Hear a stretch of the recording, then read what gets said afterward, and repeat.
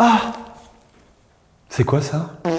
Depuis toujours, j'ai une télé chez moi et je suppose que vous aussi. Et quand on grandit, on a forcément envie d'un peu plus. Et il y a un moment où les téléviseurs, ils ont pas des diagonales extensibles, il n'y a pas au-dessus de 80-90 pouces et en plus de ça, ça coûte une blinde. Alors la solution, c'est le vidéoprojecteur. Déballons l'énorme colis. Donc pour cette vidéo, c'est Sony qui nous a envoyé ce vidéoprojecteur et ça nous servira d'exemple. Grand vidéoprojecteur, grand moyen. Ça, si c'est pas du vidéoprojecteur, je sais pas ce que c'est. J'ai ici le VPL XW5000 et un poil plus gros, un poil plus lourd, le VPL XW7000. On se rend pas compte comme ça, mais c'est quand même quelque chose de passer d'un téléviseur à un vidéoprojecteur. Et là, c'est l'étape la plus fatidique de votre installation. Enlevez votre téléviseur de votre salon. Et là, ça me fait un petit passement au cœur, vous voyez. Je la débranche, j'arrache ma Switch et c'est ciao pour ce téléviseur. Et là, vous allez me dire, mais on a... Oh, le câble sur le genou. J'arrête le sport pendant 1 an. On recommence. Et là, vous allez me dire, mais j'en fais quoi de mon meuble TV? Bah ouais, parce que là, quand vous aviez votre téléviseur sur ce meuble, c'était pratique. Vous pouviez mettre votre Nintendo Switch, votre PS5, votre box TV, votre Livebox. Bref, souvent, le meuble TV, il sert à stocker pas mal d'appareils électriques qui sont liés au divertissement. Et là, quand on a un vidéoprojecteur, lui, c'est pas une ultra courte focale. Il permet pas de projeter directement depuis le meuble TV sur le mur. Faut le mettre à l'autre bout de la pièce. Et donc, ce qui compte là en premier lieu, c'est de savoir où est-ce que vous allez le poser. Donc pour le placement, souvent, il va falloir le mettre sur un meuble. C'est souvent le plus simple à faire. Donc moi, je vais le placer sur cette étagère que j'ai facilement placée, puisque on est dans une pièce qui n'est pas meublée, vous remarquez. Mais la grande difficulté, ça va être d'adapter ce positionnement par rapport à votre chez vous. Peut-être que vous n'avez pas d'étagère qui fait face à un mur blanc ou à votre écran de projection. Dans ces cas-là, il y a plusieurs méthodes pour l'accrocher. On peut l'accrocher directement au plafond ou même parfois penser un espèce de meuble sur mesure que vous pouvez faire vous-même avec des DIY qu'on trouve sur Internet ou bien que vous pouvez acheter tout fait qui vont intégrer intelligemment ce vidéoprojecteur tout en étant transparent. Et d'ailleurs, il y a même des systèmes pour aller cacher votre vidéoprojecteur dans votre plafond et c'est motorisé. Ça coûte un peu plus cher, mais c'est stylé.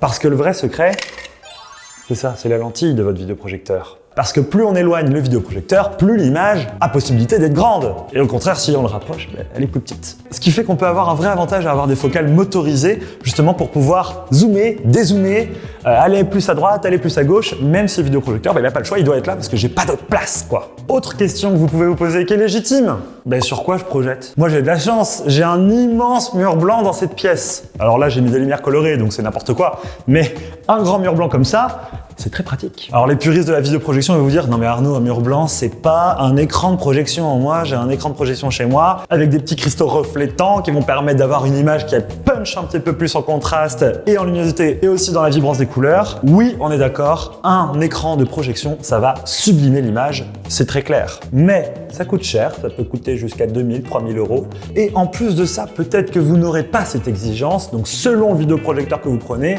attendez avant de prendre la toile de projection. Quoique si vous commencez à mettre 14 000 balles dans un vidéoprojecteur, peut-être que vous pouvez vous permettre de prendre directement la toile avec. Et puis bon, sur un vidéoprojecteur d'une grande qualité comme les Sony qu'on a, on préfère sublimer l'image pour avoir vraiment une image entière. Là, j'en ai pas, mur blanc. Et il y a un autre truc super important à regarder sur votre mur, c'est est-ce qu'il est droit? Parce que c'est vrai que chez nous, on se rend pas compte avec nos petits yeux d'humain tout nuls, les murs ne sont pas forcément droits. Il y a des aspérités, il y a des bosses, il y a plein de trucs. Et puis ça, un vidéoprojecteur, ça passe pas. S'il y a une bosse, je peux vous dire, votre image, elle aura une déformation. Et c'est à ce moment-là qu'une toile de projection, ça peut vous aider à rectifier le tir. Soit vous prenez une toile de projection dans un cadre que vous accrochez, soit un truc qui se descend à la main, soit un truc motorisé, c'est au choix. Mais dans tous les cas, une toile de projection avec la gravité et la tension, ça sera droit et ça vous permettra d'avoir une image plate. Et là, j'ai un autre souci qui arrive, c'est que là, le vidéoprojecteur, je l'ai mis littéralement à 4 mètres de mon meuble TV de tout à l'heure. Et je n'ai plus aucune connectique disponible. Ma Nintendo Switch est restée sur le meuble TV. Comment je fais pour m'amener le câble HDMI jusqu'ici et qu'il puisse avoir l'image? Alors là, il y a deux options. Soit je fais pas le feignant et j'emmène ma Nintendo Switch à côté du vidéoprojecteur. Et puis tant pis, j'aurai pas ce fameux meuble TV qui est sympa pour la déco, etc.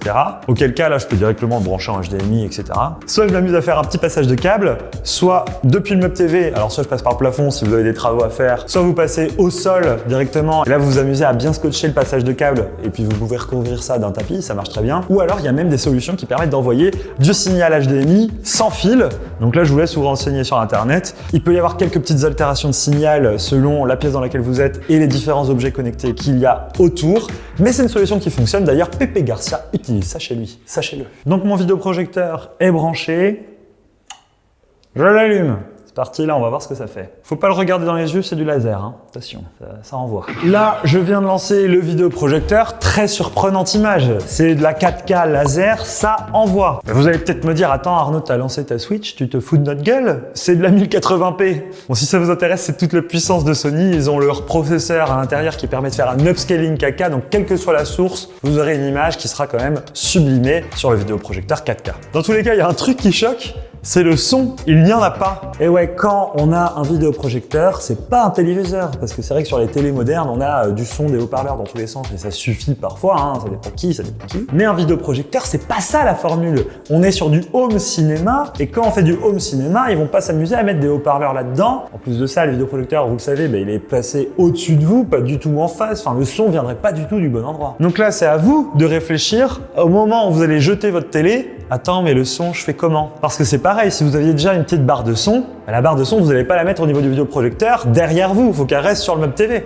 Donc barre de son, ça reste devant. Donc ça, c'est tout un système de branchement à penser. Sinon, vous êtes peut-être chanceux et vous n'aviez peut-être pas de système son, auquel cas vous pouvez maintenant investir dans un système son qui est parfaitement compatible avec un vidéoprojecteur, c'est-à-dire qui va pas l'encombrer, qui va pas se mettre devant comme une barre de son, etc., etc. Si vous avez déjà acheté une barre de son, vous êtes dans la merde parce qu'elle va devoir rester devant et vous allez devoir la brancher au vidéoprojecteur qui est à l'autre bout, mais ça peut fonctionner. Mais si vous n'aviez pas de barre de son, eh bien prévoyez quand même un budget pour mettre un petit peu de son dans cette pièce, parce qu'avec une grande image comme ça, il faut un gros son. Quand j'étudiais au cinéma, on me disait toujours, l'image c'est bien, mais le son c'est 80% du spectacle. Mais je vous ai pas tout dit, il y a encore un truc qu'il faut savoir quand on a un vidéoprojecteur. Eh ben vous l'entendez peut-être pas, je m'approche. C'est le bruit du ventilateur. Parce qu'avec une illumination 4K laser comme celle-ci, ça chauffe un peu à l'intérieur. Encore pire si vous prenez un vidéoprojecteur avec une ampoule traditionnelle, ça chauffe dur. Alors les vidéoprojecteurs, ils sont équipés pour lutter contre ça, ils vont pas fondre. Donc il y a des ventilateurs. Celui-ci, il est bien conçu parce que vous pouvez le mettre encastré dans une niche, l'air il sort par l'avant. C'est un système comme ça de circulation de l'air en U, plutôt intelligent. Parce qu'il y a certains projecteurs qui expulsent l'air sur le côté. Et là par contre, si vous le mettez dans une niche, je peux vous dire que votre étagère va chauffer. Mais ça n'empêche qu'il y a quand même un léger bruit de ventilation qui peut être gênant si vous aimez écouter pas fort votre son. Je me devais de vous le prévenir. C'est vrai que là, si je m'assois là, j'ai un ventilateur dans le dos. Mais après, je vous rassure, c'est très très léger. On n'est pas sur un ventilateur Dyson à 700 balles qui me souffle dans le dos. Allez voir la vidéo, c'est sympa. On est sur un petit bruit de fond constant. Moi, personnellement, j'ai un vidéoprojecteur à la maison. Je m'y suis largement habitué. Mais c'est vrai qu'au début, ça peut un peu perturber. Et surtout, si vous mettez le vidéoprojecteur juste au-dessus de votre canapé, le mieux, si vous êtes sensible au bruit du ventilateur, vous calez votre vidéoprojecteur au plafond. Là, vous l'entendrez beaucoup moins. Ou sinon, si ça vous dérange encore plus, vous pouvez prendre un vidéoprojecteur ultra courte focale que vous calez contre le mur, là c'est à l'autre bout de votre canapé, et vous entendrez encore moins le bruit du ventilateur. Si vous vous posez la question, on a le modèle le plus abordable de chez Sony, c'est de la 4K native. C'est pas un vidéoprojecteur avec une image bas de gamme, on est vraiment sur un des meilleurs projecteurs du marché. Celui-ci c'est le plus abordable, qui coûte quand même 5 990 €, donc oui, c'est pas donné, mais là on a vraiment le top du top. Une image 4K native, du HDR, des couleurs vive et surtout, paf, ça balance en lumens. De l'autre côté, celui-ci coûte quasiment le triple, 14 990 €, et c'est quasiment tout pareil, mais en plus puissant. On va pouvoir l'éloigner encore plus pour vidéoprojeter plus grand et avoir une luminosité encore plus sensationnelle. Bref, s'il vous intéresse, je vous laisse vous renseigner dans la description. On va vous mettre un petit lien pour remercier Sony.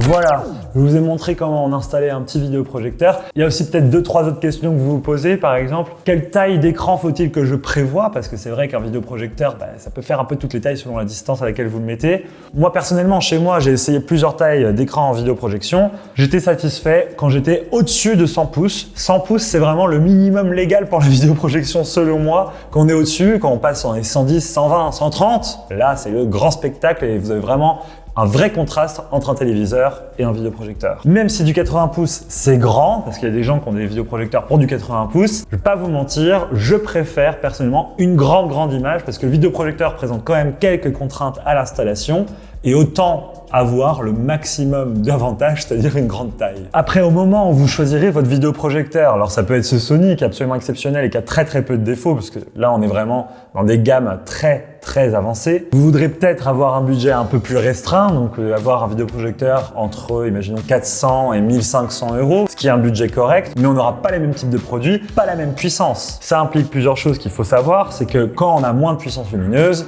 eh ben, il faut se mettre dans le noir pour pouvoir regarder une image. Là, vous avez vu, j'étais dans la semi-pénombre et on voyait particulièrement bien mon image. Il faut savoir qu'avec un vidéoprojecteur qui va coûter moins cher, on n'aura pas cette puissance laser. Et donc forcément, si vous voulez remplacer votre téléviseur, il faut savoir qu'avec les volets ouverts, vous ne verrez pas grand-chose. Donc ça, il faut s'y préparer. Il faut être OK avec le fait que le jour, on va pas trop allumer le vidéoprojecteur parce que ce ne sera pas une séance de visionnage agréable, sauf si vous fermez un peu les rideaux et que vous fermez un peu les volets. Peut-être que vous avez l'habitude de regarder votre télévision le matin, le midi ou l'après-midi. Et là, auquel cas, le vidéoprojecteur, vu que c'est une image qui est projetée et pas qui est émise directement par une dalle, vous aurez un petit manque de luminosité et donc de contraste. Après, l'autre question qui revient pas mal, c'est quel type d'illumination choisir? Parce que parfois, il y a des ampoules classiques, du laser ou même du LCD, et on sait pas lequel choisir, lequel est le meilleur, etc.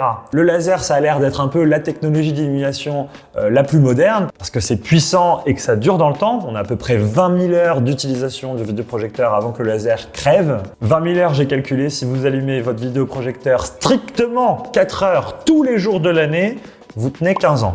On est bon.